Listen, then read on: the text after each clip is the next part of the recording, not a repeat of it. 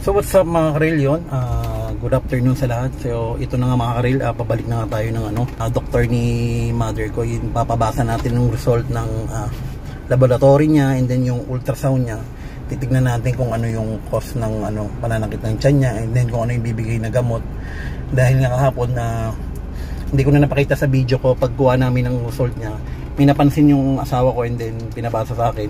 Parang may mga H yung mga high. Hindi ko alam kung ano-ano yung mga gamot na ibibigay sa kanya, sa mga cholesterol, sa sugar. So yun mga karil, panibagong vlog na naman sa araw na to.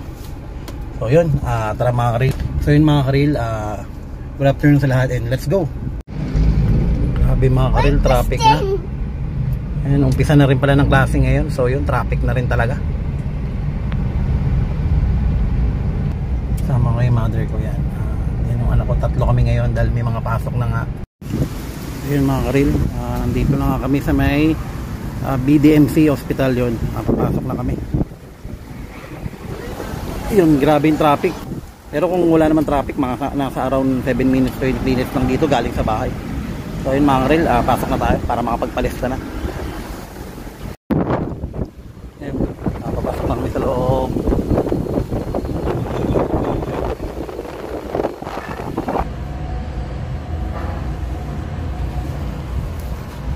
So, pag may magaling na pumunta na iniwan.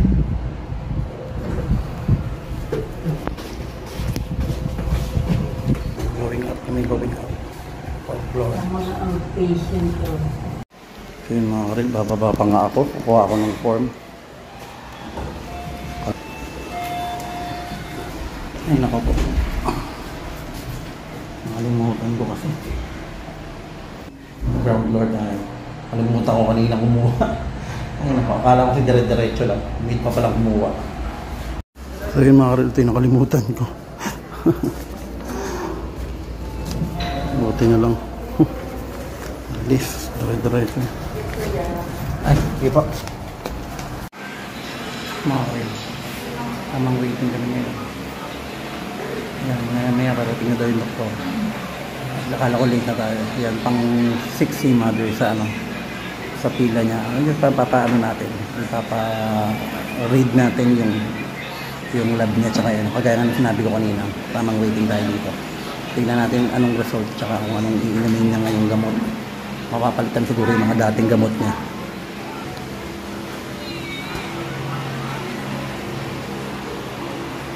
Ano siya? BP, tsaka timbang.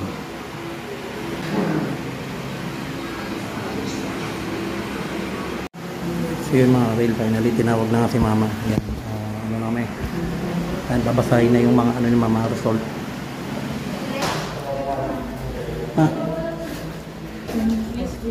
Doc, good afternoon. Tanpo na. Siya ba yun? Po, sityo.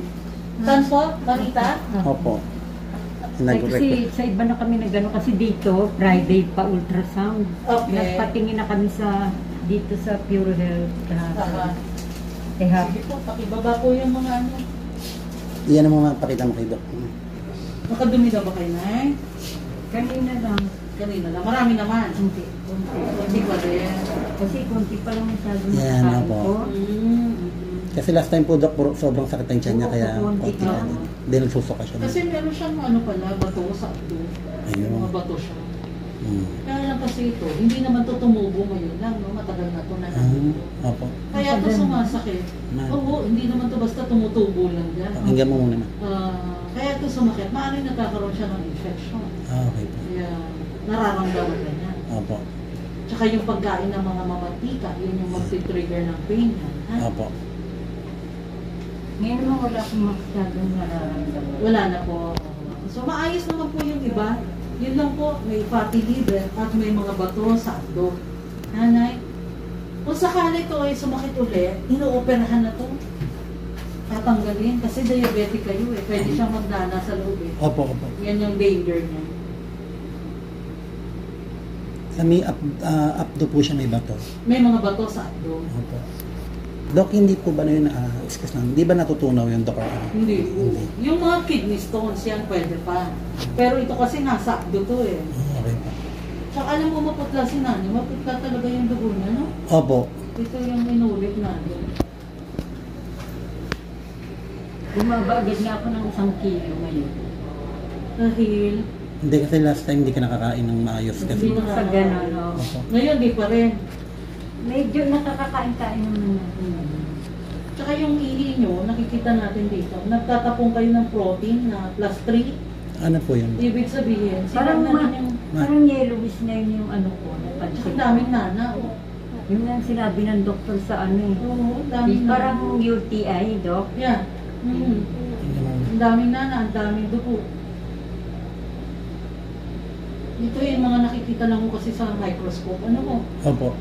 Nahina ba kayo sa tubig? Malakas naman po siya, Dok. Malakas naman. Opo.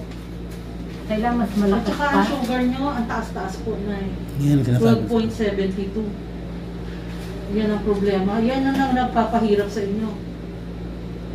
Kaya 12.72.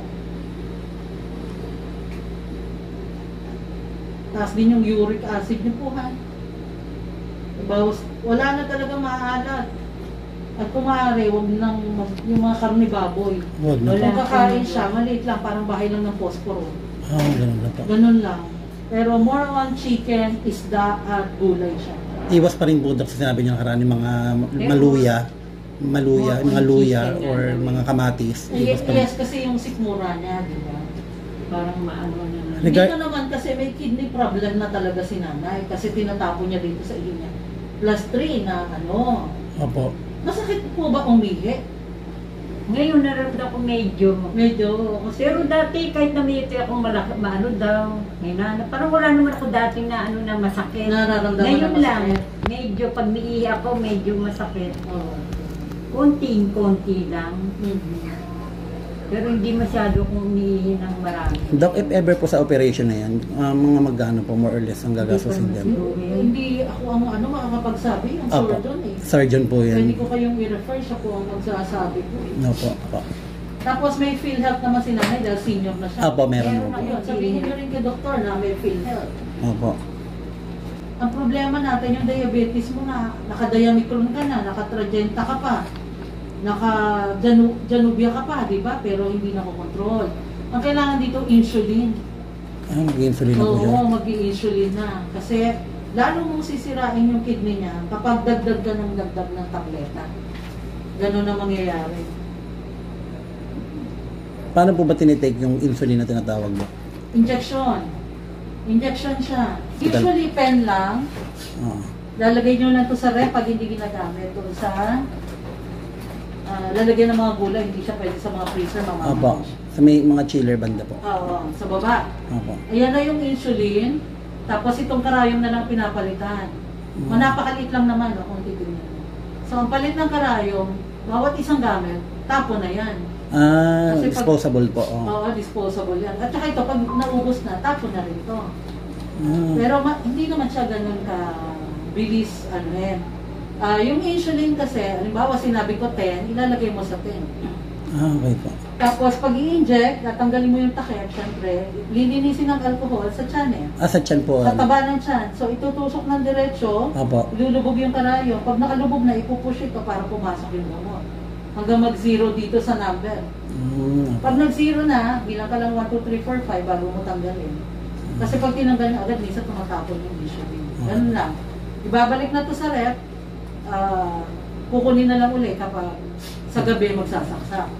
Magandang saksa kasi before dinner. Nakakatulong din po yung magpababa ng ano. Yes, oo. Malaki maituto. Kasi uncontrolled siya eh. Opo, hindi na kaya ng mga dami Kaya po. siya nagkakaroon ng mga complication dahil uncontrolled yung kanyang sugar. Mataas din yung kanyang cholesterol. Mataas din yung uric acid niya. So, ang daming sumisira sa kidney niya. Mata ko, wala na rin. Kaya papaano rin po namin yung mata niya dito, Dok eh. Meron ophthalmologist din dito. Paano namin to? Kasi ang laki sa Lasal, Dok. Oo. Dasma pa kami. Mas pa Nagaan. Pero dyan lang kami sa San Nicolas. Sugar niyo eh. Tapos napansin ko, Dok, sa ano niya, Dok? Sa paa niya po, maitim yung paa niya. Ayun. May sugat po siya, hindi gumagaling.